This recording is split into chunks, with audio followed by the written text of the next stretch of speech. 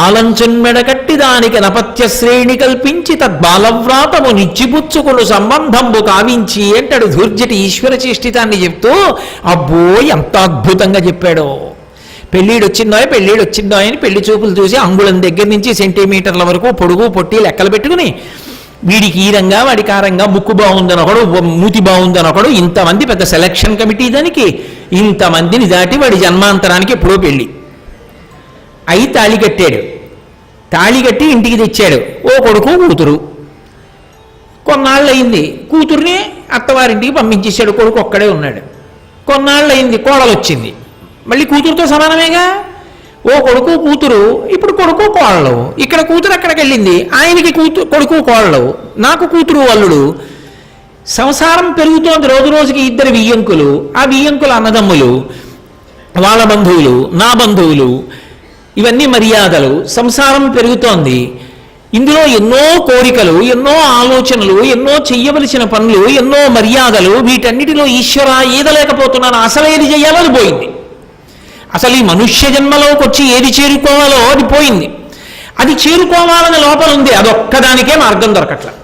దేనికైనా సమయం ఉంటుంది, కానీ భగవత్ సంబంధంలో సాధనకి సమయం దొరికింది అని నిలబడడం, దానిలో సాధన చేయడం అంత తేలికైన విషయం కాదు.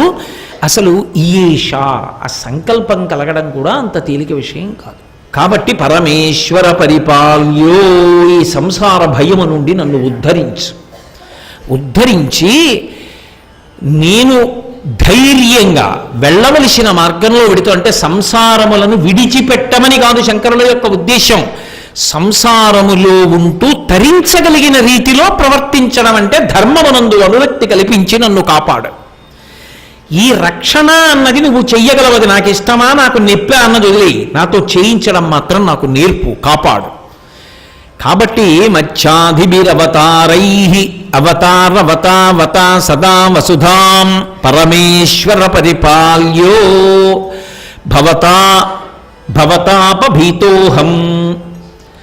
ఏమి ప్రార్థన చేస్తారండి. ఒక్కొక్క ప్రార్థన చేస్తే ఒక్కొక్క శ్లోకంలో అన్ని అద్భుతమైనటువంటి విషయాలని మనకి తెలియకుండానే ప్రబోధం చేస్తూ, బాహ్యంలో ఒకవేళ మనకు అర్థం అవ్వకపోయినా ఇబ్బంది లేకుండా ఈశ్వర కటాక్షంగా అవి మనకి అబ్బేటట్టుగా ఈశ్వరుణ్ణి ఉద్దేశించి ఆయన ప్రార్థన చేసినట్టు చేసి మన చేత చేయిస్తారు.